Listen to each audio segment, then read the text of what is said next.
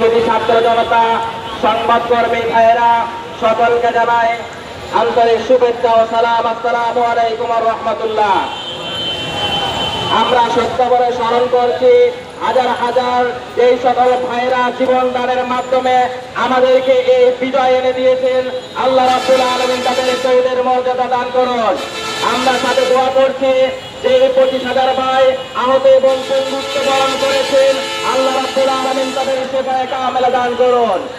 আজকে 1 বছর পূর্তি উপলক্ষে আজকে বিজয় র্যালি থেকে একটা জিনিসই বলতে চাই, সেই নব্য ফাঁসিবাদের সময় হাজারো হাজারো মামলা দিয়ে ইসলামী আন্দোলনকে দমিয়ে রাখা হয়েছিল।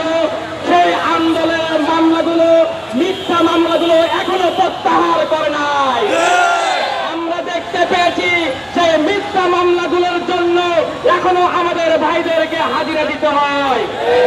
যারা এই মামলার প্রত্যাহার করে না, আমরা বলবো তারাই নব্য ফাঁসিবাদ। তাদেরকে সরকারের বিভিন্ন স্থান থেকে বিতাড়িত করতে হবে।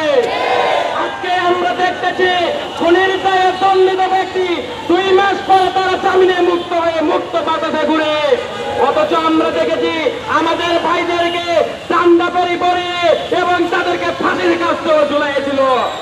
এই তাওহীদি জনতা তো এই দাবি করেছিল বাংলার জমিনে এই খুনি হাসিনার এমন বিচার কার্যকর হবে যে ফাঁসিবাদ গোটা বাংলাদেশ শুধু নয় সারা পৃথিবীতে এই শিক্ষা নিবে, ভবিষ্যতে কেউ স্বৈরাচার হওয়ার চেষ্টা করবে না।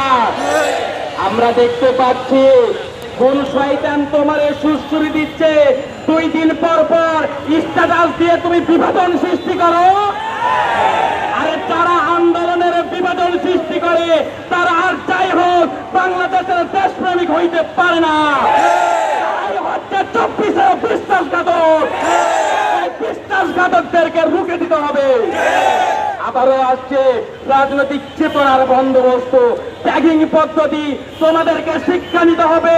ট্যাগিং পদ্ধতি দিয়ে বিগত 15 বছর ফ্যাসিস্ট সরকার কালচার চালাইছিল, কিন্তু বর্তমানে জেনজি থেকে আলফা তৈরি হয়েছে।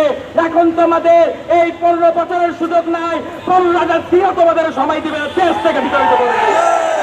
সংগ্রামী তাওহীদি জনতা, আমরা বাংলাদেশে পেয়েছি নব্য টেন্ডারবাজ, আমরা বাংলাদেশে পেয়েছি নব্য চাঁদাবাজ, আমরা বাংলাদেশে পেয়েছি নব্য ধর্ষক। সময়ের ব্যবধানে আবারও ঘোষণা দিবে যে ধর্ষণের সেঞ্চুরি করলাম। আমরা তাদের দেখতে চাই না। ইন্টারিম সরকারকে বলে দিতে চাই যে অদৃশ্য শক্তি বলে আপনি তাদেরকে প্রতিহত করতে পারছেন না, মোকাবেলা করতে পারছেন না। না পারলে ছাত্র জনতার সামনে আত্মসমর্পণ করুন।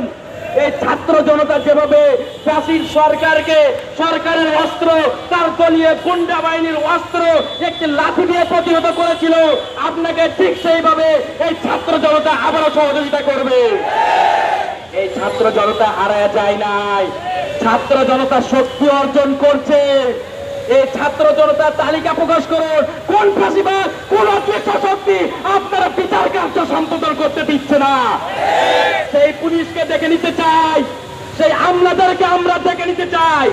যেই চট্টগ্রামের আন্দোলন কোন বাংলাদেশের ভিক্ষা বই দিয়েছে, সেই চট্টগ্রামের তাওহীদি জনতা ঘুমাইয়া যায় নাই। আমরা এমন শাস্তি দিতে চাই, ইতিহাস তৈরি করতে চাই।